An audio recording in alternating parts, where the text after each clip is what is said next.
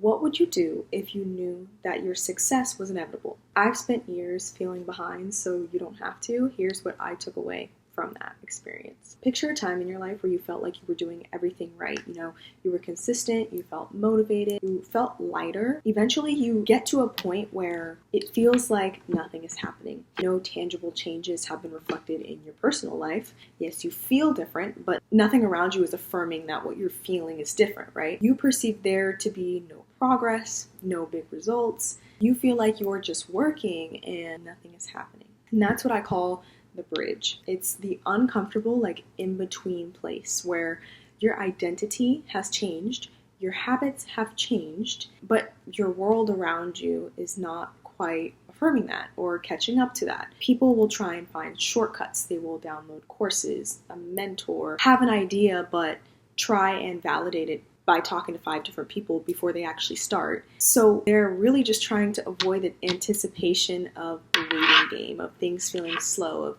the fear of nothing happening, right? Everybody's on their same timeline. Sometimes they change their identity and habits and things just work out for them faster than they expected. Other times, it takes a while for your environment to catch up with you. And there's nothing wrong with either. Depending on your life circumstances, you are there for a reason and this was meant for you. Everybody takes away the same message that the journey is important, but they learn different things from their different experiences on their different timelines. All that to say is, here's what got me through it. I practice the conscious effort to detach from the outcome. And what I mean by this is you don't want to lose sight of your outcome. Otherwise, you have no direction, right? You want to be able to consciously keep in mind that, yes, I'm not attaching my emotion to the outcome, right? It's nice to be emotionally involved. Of course, that's how you align with where you're going.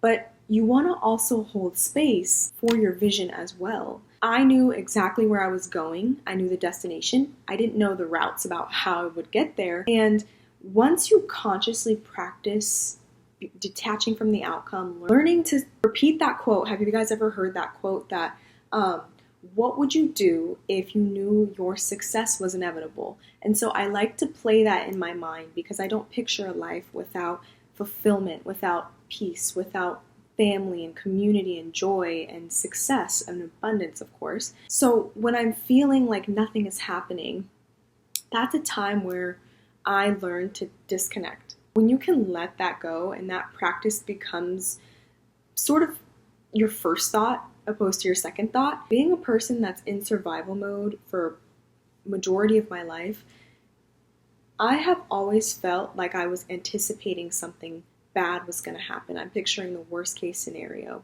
But when I take agency of my life, when I take agency of my actions and my vision, I am able to then practice detaching from the outcome, accepting and affirming that this is inevitable for me. It allows me to be present. It allows me to fully create instead of waiting for those results to instantly confirm and validate my work.